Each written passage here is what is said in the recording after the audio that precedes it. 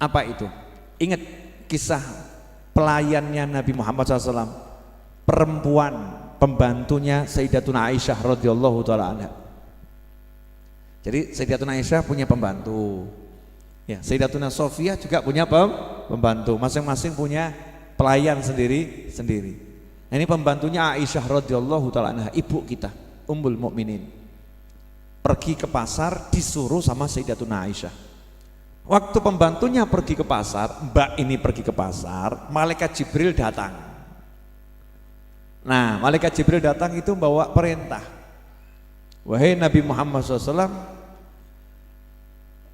berhentikan pembantumu, karena sesungguhnya dia adalah penghuni neraka. Masya Allah, pembantu penghuni neraka, gak boleh tinggal di rumah Nabi, suruh pergi. Dah, pembantunya datang, belum sampai rumah, balik dari pasar, malaikat Jibril balik juga. Ya Rasulullah, pertahankan pembantumu, jangan dipecat, jangan di PHK, karena dia penghuni surga. Ya aneh tuh ya, begitu cepat nih surat perintah ini berubah, dari pecat jadi pertahankan. Ini kan cepat perubahannya, luar biasa. Ada apa? Tanya sama pembantu itu apa yang dia lakukan. Maka pembantunya pulang, diinterview, diwawancarai oleh Sayyidatuna Aisyah radhiyallahu taala anha. Apa yang kamu lakukan tadi sepanjang perjalanan dari rumah sampai pasar balik? Pembantunya menjawab, saya sepanjang jalan itu asyik makan kurma. Jadi punya satu butir kurma. Dulu tuh kalau punya satu butir kurma itu berarti lumayan nih. Ini termasuk orang yang lumayan. Karena sahabat tuh ada yang satu butir kurma untuk 3 hari. Kenapa? Dimut terus. Rampung simpen lagi. Saking susahnya makan, betul, karena susahnya makan. Keadaannya seperti itu. Nah, ini punya satu butir kurma, dimut sepanjang jalan. Kemudian karena nikmat ya, dicuil, dimakan. Nah, sisa separuh ini mau disimpan gitu loh. Sisa separuh mau disimpan. Kok lihat di jalan ada orang kelaparan, beri saya makan, beri saya makan. Gak tega, yang separuh ini ransumnya untuk besok ini ya, kekayaannya yang luar biasa ini, dikasihkan. Kesian dia belum makan, ini silakan ambil, makan. Nah, disitulah muncul hadis Nabi Muhammad SAW, ya, ittaqun nar walau bisyikki tamrah, atau kama qala sallallahu. Selamatkan dirimu dari siksa api neraka meskipun hanya dengan bersedekah secuil kurma. Jadi pembantu tadi enggak jadi masuk neraka dan dicatat sebagai penghuni surga, ketetapan langit tok palu surga, gara-gara menyedekahkan kurma separuh yang dia miliki. Tapi Anda jangan tiru-tiru. Oh, sedekah separuh kurma masuk surga, Masya Allah. Sedekahnya separuh kurma, bahkan mengeluarkan fatwa, kamu kalau sedekah kurmanya itu 1, bid'ah. Bid'ah. Kalau kamu sedekah kurma utuh, itu tidak sesuai dengan petunjuk Nabi Muhammad SAW. Karena petunjuk Nabi agar selamat dari siksa api neraka, sedekahnya syikit tamroh, separuh secuil kurma. Jadi yang bisa menyebabkan kamu masuk surga dan selamat dari neraka adalah secuil kurma. Kalau kurma utuh, gagal, syariatnya nggak berjalan.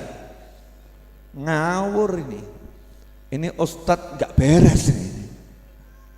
Makanya jangan suka mengartikan hadis pakai kepalanya sendiri. Kalau bab bermain-main kata, saya EQ urusan berkata-kata pol. Urusan berkata-kata pol. Cuman kita hidup bukan untuk berkata-kata, tapi harus sesuai dengan tuntunan yang diajarkan oleh baginda Muhammad sallallahu alaihi wasallam. Atau kok kebetulan yang terima hadis ini orang pelit. Moga-moga jenengan enggak termasuk, saya enggak termasuk ya. Orang pelit. Dapat peluang, wah ternyata separuh kurma surga. Jadi kalau sedekah nggak usah banyak-banyak, titik wes warga kok, sedikit surga. Ini salah. Haditsnya coba dipelajari dengan betul. Asbabul wurud, sebab turunnya hadits itu karena orang punya kurma cuman separuh, dikekno kabeh. Artinya kalau kamu pengen selamat, duwemu apa? Kekno kabeh. Paham? Mikir saiki. Oh no ya, abot Bib, abot. Disuruh beli surga pakai duitnya aja keberatan, beli rumah nghabiskan duitnya ditinggali sebentar aja mau. Betul. Kita beli rumah harga 50 juta, maksimal tinggal berapa tahun? Maksimal tinggal, jawabannya sak mati nih. Betul? Ya. Terus kemungkinan tercepat mati kapan? Sekarang juga. Kan kita harus ngambil kemungkinan tercepat toh? Ya, berarti rumah itu bisa kamu pakai berapa lama? Sekejap mata. Sekejap mata. Pol-polannya kalau dawa umur 70 tahun. Nah kalau umurmu sekarang 40 tahun, kamu beli umur 40 tahun dengan harga 500 juta, berarti kamu akan menikmati hanya 30 tahun. 30 tahun kamu tinggalin, kamu mau mengeluarkan duitmu semua untuk itu. Tapi surga yang akan kamu tinggali abadi, kamu mikir mengeluarkan duitmu. Masya Allah. Siapa itu? Kita-kita ini. Betul, betul, betul. Tuku swarga ya gak wani, gak berani. Jawabannya, loh kalau surga kan belum jelas Beb. Lagi kurang ajar lagi. Surga belum jelas, gak ketokan Beb. Loh kamu ini mukmin atau kafir?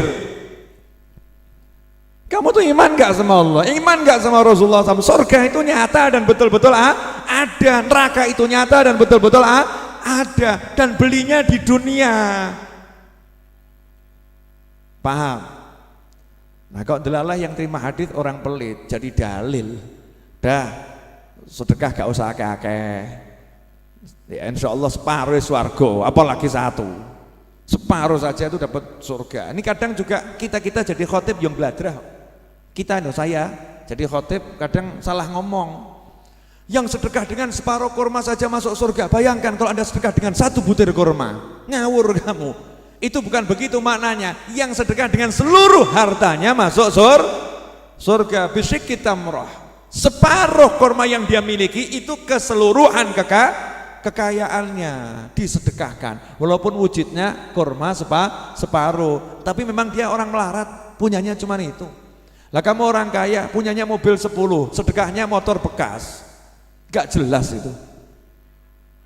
Kita ini loh punya uang kok 200.000, sedekahnya 1.000 rupiah, sedekahnya 10.000 rupiah. Yes, terlampau sedikit, jangan merasa udah banyak. Kita butuh sedekah untuk selamat. Biar selamat bayar sedekah kita. Saya nggak bahas zakat ya, kalau zakat wajib bagi yang sudah masuk nisabnya ya.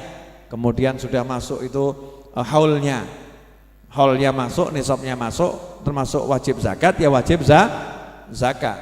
Tapi kalau sedekah ini kan bukan kewajiban, upaya menunjukkan nilai kita sebagai seorang mukmin. Bukan orang kaya, sedekah milik muslim. Orang miskin sedekah, orang kaya sedekah. Karena orang miskin butuh selamat, orang kaya juga butuh selamat. Nah caranya itu sedekah. Ini cerita yang pertama ya, selamat gara-gara menyedekahkan separuh kurma. Tapi catatan kecil, separuh kurma itu adalah keseluruhan kekayaannya. Nomor 1 itu. Nomor 2, boleh saya tambahkan lagi? Tambah dikit ya, tambah banyak. Terus kita makan. Setuju?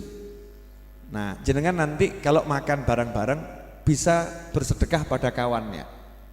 Caranya bagaimana? Jenengan ambil dulu jatahku toh. Terus jenengan go. Nah, sedekah itu. Paham? Oh iya, sedekah. Wah, yang satu wah, Masya Allah itu. Dalam satu nampan banyak sedekah itu. Satu di yang lain bersedekah. Kan begitu nampan dihidangkan 1 4 orang, berarti satu nampan itu isinya milik 4 orang. Bukan nampannya jangan dibawa pulang. Isinya milik 4 orang, betul kan? Berarti masing-masing berhak itu sudah mau dibawa pulang boleh ya kan, isinya boleh. Nah begitu ngambil ini milikku, sudah milikmu, betul itu, betul-betul milikmu, bukan miliknya teman-teman di Raudhah, milikmu. Maka begitu Anda mau sedekah sama yang di sama-sama satu nampan, tinggal Anda ambil sedikit, geser kanan, nih tambah mas, sedekah, pulang selamat.